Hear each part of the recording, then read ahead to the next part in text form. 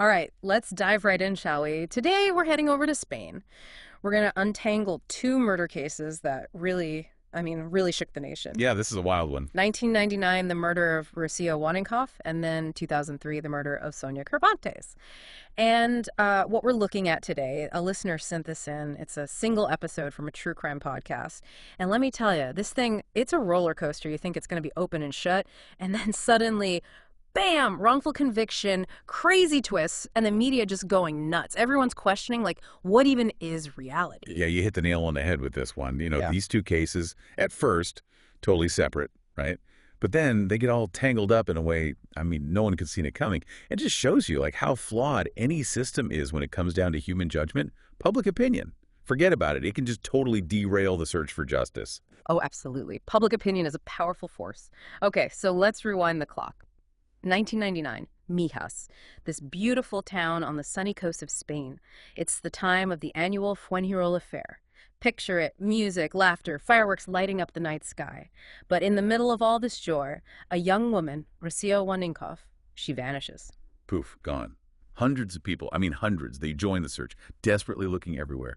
But 3 weeks later, her body is found. And it's not even near the fairgrounds, no. It's near a tennis club in Marbella, kilometers away. Yeah. And the cause of death, multiple stab wounds. Brutal. Chilling, absolutely chilling. And this all happened just a few years after Spain introduced jury trials in 1995, right? So this whole system is still pretty new. And the Wanenkoff case, with all its twists and turns, it became like a high-stakes test. How would this jury system actually work under this kind of intense public pressure? Right, exactly. And you got to remember, the first part of the investigation, they zeroed in on people close to Rocio. Antonio, her boyfriend, he was with her the night she disappeared. But he said he fell asleep, missed their meeting at the fair. His alibi wasn't like rock solid or anything, but pretty quickly the suspicion shifted to someone else, Dolores Vasquez, the ex-partner of Rocio's mother. Dolores. Okay, I gotta ask, how did she become the prime suspect? Well, they found something at that first crime scene, the one where they found Rocio's shoes, a tissue soaked in blood. And the theory was maybe it was used to clean a wound. That suggested, some level of familiarity between Rocio and whoever attacked her. So you got that, plus Dolores being so close with Rocio's mother, it put her right in the spotlight. So what did they have on her, besides the connection to the mother, There were a few things. 2 men were seen near the crime scene, driving her car. Then there was the whole thing with her statements. Inconsistencies about where she was that night when Rocio disappeared. And her behavior, especially during questioning, some investigators thought it was suspicious. Sounds like classic circumstantial evidence, but did they have anything concrete? Anything that linked her to the actual crime scene, the murder weapon, maybe? That's where it gets tricky. No direct physical evidence, nothing tying Dolores to the weapon or to Rocio's body. But the prosecution, they weaved this whole narrative. They took all those little details and they highlighted Dolores' supposed motive. Jealousy, resentment towards the mother, and by extension towards Rocio herself. Wow. It's amazing how perception and, the story they tell, how that can play such a huge role in a trial, especially when you don't have that hard physical evidence. Oh, totally. And this case, public opinion, it was all over the place. The media, they painted this picture of Dolores, right? Her demeanor, they said it was cold, detached. People took it as a sign of guilt. There were even reports, get this, of a psychic. This psychic claimed Dolores had confessed to, wanting Rocio out of the picture. Wild. Right. And all that crazy coverage, it probably pushed the jury towards that guilty verdict. Hold on, a psychic testimony? Really? Was that even allowed in court? Who knows what the jury actually thought about it? Hard to say. But it shows you how easily all this extra stuff, the rumors, the speculation, it can creep into a high-profile case. Emotions are running high, and things get messy. So basically, Dolores was convicted based on circumstantial evidence and public opinion. What happened? What was the outcome of the trial? Guilty. They sentenced her to 15 years in prison. And the whole time, she kept saying she was innocent. But even after the verdict, people were still unsure. There were these inconsistencies, remember? The phone records, the tire tracks. They didn't match up with Dolores' car. So you had that, and then this whole public campaign started, people questioning the verdict. And it all led to something big, a real turning point in the case. What happened? Tell me they let her go. They did. They overturned the conviction and ordered a retrial. But it wasn't just about technicalities, legal loopholes. Public opinion, it started to shift. A group of journalists and legal experts, they put together this huge report. They called it the Crespio dossier. It was this deep dive into the case, pointing out all the flaws in the prosecution's evidence. Okay, so what did this Crespio dossier actually reveal? What were the flaws? It went through everything, the timeline, the phone records, the physical evidence, and it just started poking holes in the story the prosecution was telling. It questioned the witnesses, challenged how they interpreted Dolores's behavior. Yeah. This dossier, it was like a bomb. It totally swayed public opinion and made everyone rethink the whole case. It's incredible, isn't it? How a group of people, just by digging deep and not giving up, they can shake things up like that. That dossier, by bringing those inconsistencies to light, it basically forced the system to take a second look. Yeah, a pivotal moment. But just as things were looking up for Dolores, just as she had a chance to clear her name, something terrible happened. And it just threw another wrench into the whole thing, added another layer of complexity. Oh, no. What happened? Did this new event make people doubt the original verdict even more? This is where the second case comes in. The murder of Sonia Carabantes, 2003. Sonia was 17 years old. She'd just moved to Spain from Switzerland. She disappeared after going to the coin fair. Just like Rocio, she vanished after a night of partying, left her family and the community in agony. Another young woman disappearing from a local fair. It gives me chills. Did they connect the two cases? Not right away. They investigated Sonia's disappearance like they did with Rocio's case. Massive search, everyone racing against time to find her. Tragically, they found her body, hidden under some rocks near a highway. She'd been beaten, strangled, brutally. This is awful. It sounds like they were dealing with, I don't know, a pattern. Did finding Sonia's body change how they viewed Rocio's case? Well, the similarities were, impossible to ignore. Both young women, vanishing from fairs, both murdered. But there was one big problem. Dolores couldn't have killed Sonia. She was under house arrest, remember, waiting for that retrial. So if Dolores was out of the picture, did they have any leads? Any suspects in Sonka's case? This is where things get crazy. Remember the cigarette butts? They found them at both crime scenes, Rocio's and Sonia's. They tested them for DNA, but at first, no matches, nothing in the database. But then with Sonia's case, something unbelievable happened. Unbelievable. You gotta tell me, did they find a match? Who was it? They did. The DNA on those cigarette butts from both crime scenes, it pointed to the same person, a man. It was like a bomb went off. Everything they thought they knew, gone. It proved, without a doubt, that Dolores couldn't have done it, and it just opened up this whole new mystery. So now they had two cases, two complex cases, maybe linked by this mysterious smoker. How did they even start looking for this guy? Turns out, someone already had their eye on him. Someone very close to him, someone who had suspicions for years. Someone close, huh? Come on, you gotta spill the beans. Who is this guy, and how did he end up on someone's radar like that? Well, his name was Tony King, but he was living in Spain under a fake name for 6 years. His ex-wife, Cecilia Pantoja, she had this feeling about him, suspicious. She even called up Scotland Yard after she saw him on, one of those British TV shows about wanted criminals. Wait, hold up. So he was already a suspect back in the UK. What had he done? So the Spanish authorities, they get the DNA match, they got Tony King's name, and they reach out to the UK, right? And the news they get back is, well, chilling. King had this whole history of violence against women back in the UK. They called him a Holloway Strangler. Oh my gosh, it's like straight out of a nightmare. Okay, so finally they got their guy. End of story, right? You'd think so, right? DNA evidence and all.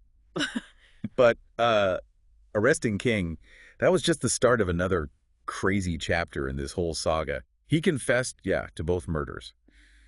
But his stories, they were all over the place, full of holes, and he kept trying to blame other people. What do you mean? Like, what kind of holes? Did he try to say he didn't do it? He admitted to killing Rocio and Sonia, but he said it was like an accident. He claimed he ran over Sonia with his car, and then with Rocio, it was self-defense.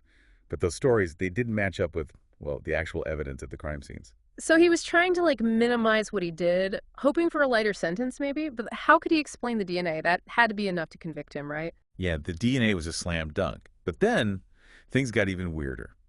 King's friend, Robert Graham, they brought him in for questioning. And under hypnosis, get this, he claimed Dolores Vasquez helped King kill Rocio. Hypnosis, that's pretty out there, isn't it? Like, why would they even use hypnosis in a murder investigation? It's definitely not your everyday police tactic. And how reliable it is, well, that's a whole other debate. In this case, I guess they were hoping to dig up some repressed memories or something, stuff Graham didn't even realize he knew. But kind of backfired, big time. Just added more fuel to the fire, more speculation.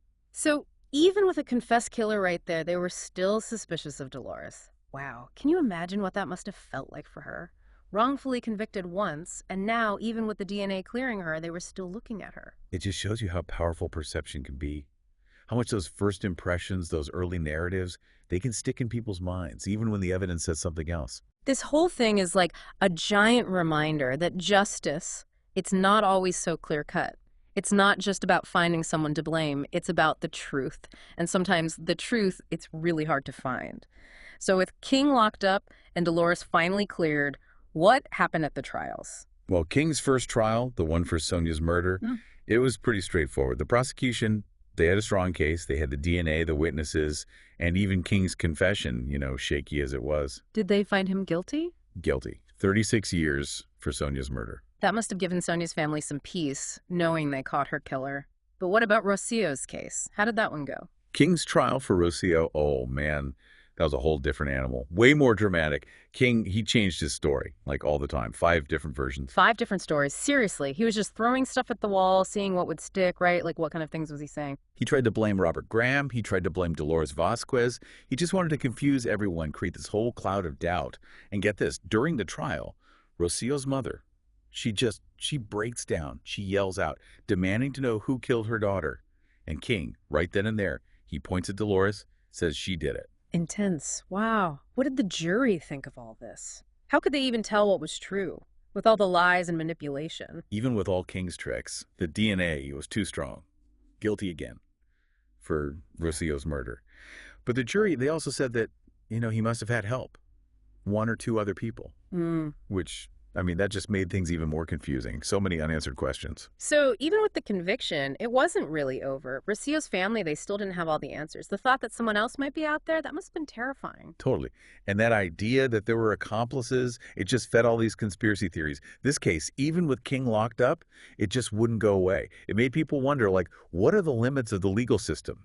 And how can we ever really be sure of anything? This whole story, it's like with every layer you peel back, there's another layer underneath. More complexity, more tragedy. It makes you think, how much do we rely on stories, on narratives to understand the world? And how easy is it for those stories to be twisted, especially when the stakes are so high? And it shows how important it is to have real evidence. If they didn't have that DNA, who knows what would happen? Dolores might still be in prison. Tony King might still be out there hurting other women. That's a scary thought. So what happened to everyone after the trials? Where are they now? Tony King, he's still in prison in Spain. He wanted to go back to a British prison, but they said no. And Dolores Vasquez, she's finally free, but she's still dealing with the trauma, being accused, imprisoned for something she didn't do. She's spoken out. She wants a public apology, a real acknowledgement that she was innocent. It breaks my heart thinking about what everyone went through. The victims' families, Dolores, all of them. This case, it shows that even though the justice system, it tries to do the right thing, it's not perfect. And when it makes mistakes, the consequences can be devastating. Exactly. And there's something else. The British authorities, they knew about King. They knew he was a danger to women when he moved to Spain. Hold on, are you serious? They knew he was a threat, and they just let him go, disappear into another country. Yeah, it's messed up. It raises all these questions about, how police share information. Could they have stopped all this from happening? That just adds insult to injury, doesn't it? Makes you wonder, how many other dangerous people are out there, slipping through the cracks? Scary to think about. This whole case, it's a wake-up call. We need to be more careful, work together better to keep track of people who are a danger to others. Before we move on, there are a couple things I want to circle back to. Robert Graham, did they ever charge him with anything? With Rocio's murder? And what about those weird bags they found? The ones outside Rocio's mother's place. Those seemed pretty suspicious. Good questions. Yeah, let's dig into those details, see if we can make sense of this whole mess. Yeah. So, Robert Graham. Yeah. What happened with him after everything? Well, a lot of people thought he was involved, right? Rocio's family, they were sure of it. Yeah. But they never charged him with anything. Really? Why not? He said he was innocent the whole time. And in the end, I guess what they had on him, that hypnosis thing, it wasn't enough for a trial. I bet that was tough for Rocio's family. To know the guy they thought was involved, he just walked away. And those bags, remember? Outside the mother's house, what was the deal with those? Oh, yeah, those were creepy. One had bloody underwear in it, and the other one, It had coins scattered all around. Coins. What was that about? Some kind of message? Nobody really knows. Maybe they meant something, maybe not. Yeah. But they never figured out who left them. And it wasn't enough to, go after Graham or Dolores. So even with King in prison, there are still so many questions like, was anyone else really involved? And could there be other victims, other women King hurt? It's possible. They looked into King and Graham for another case. A young woman, Maria Teresa Fernandez Martin, she disappeared in 2000. But they never charged them. It's terrifying to think King might have done other awful things, and there might be families out there still searching, not knowing what happened. This whole case, it also makes you think about the media, how much power they have. They can shape what people think. And sometimes that can mess with justice. Remember how they focused on Dolores, made her look guilty. All those stories, it's hard to forget that stuff. It's a good reminder, though, isn't it? We have to be careful. Think for ourselves. Because even if someone's innocent, once that damage is done, their reputation, their life, it's never the same. Exactly. We need responsible reporting. Focus on facts, not gossip. And remember, everyone deserves a fair trial. Innocent until proven guilty. Right. This deep dive has been, I don't know, mind-blowing. We started with a murder, then bam, wrongful conviction, conspiracy theories, all this media chaos. And it almost feels like the truth got lost somewhere along the way. So what sticks out to you the most from all this? Dolores, her story. I can't imagine what that must have been like, to be blamed for something you didn't do, locked up, and even after they clear your name, people still doubt you. Yeah, it's a reminder. Our justice system, it's not perfect. And when it gets things wrong, it can ruin people's lives. And we have to think critically, question everything, even our own biases, especially when things are complicated and, emotions are running high. Absolutely. So much to think about. Like, what if they never caught King? Would Dolores still be in prison? And how much did the media, all the public pressure, how much did that mess with the investigation, the trial? Those questions, they don't just go away even after the case is closed. And that's why we do these deep dives, right? To get people thinking, to go beyond the surface, dig into the messy stuff. Because justice, it's not just a one-time thing. It's a process. Yeah. Always evolving. This case, it shows how messed up things can get. The truth can be fragile. And doubt, once it takes root, it's hard to get rid of. It makes you want to fight for what's right? Well said. We hope this episode got you thinking about this case. And remember, fighting for justice, it takes all of us. We have to stay engaged, think critically, and never stop demanding fairness and truth.